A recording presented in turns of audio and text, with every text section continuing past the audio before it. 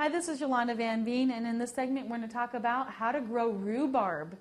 Now, rhubarb is a vegetable, and it grows just like other vegetables, and you can start it by the root or by seed, and it'll make kind of a bushy plant. And then it has big celery-like stalks that come out of it, and that is actually what is used for cooking, and that's the rhubarb part of it. And you can just cook down the celery like a celery stem, and you can either just cook it down and make a nice strawberry rhubarb pie out of it, or add some sugar to it and put it onto some ice cream.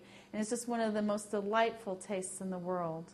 But rhubarb is easy to grow. It needs full hot sun and good drainage. It wants good organic material, good compost, good potting soil to grow it right into.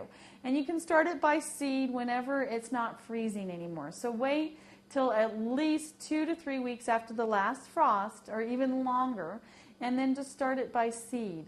And it'll come up and grow all summer, and then as soon as the celery stalks look really good and healthy, and before they turn brown, you cut them out.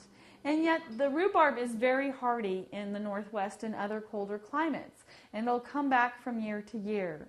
So when it starts freezing in the fall into the winter, they'll start turning slimy and not looking good. So just chop it down to the ground, and you'll find that your rhubarb will come back the next spring just as healthy as the year before. If you live in a really cold climate, you might lose them and have to start them by spring, or start them by seed every spring. And if you live in a warmer climate, you can just leave them in the ground year-round and cut from them as you need them. But rhubarb is a really great plant to have in your vegetable garden.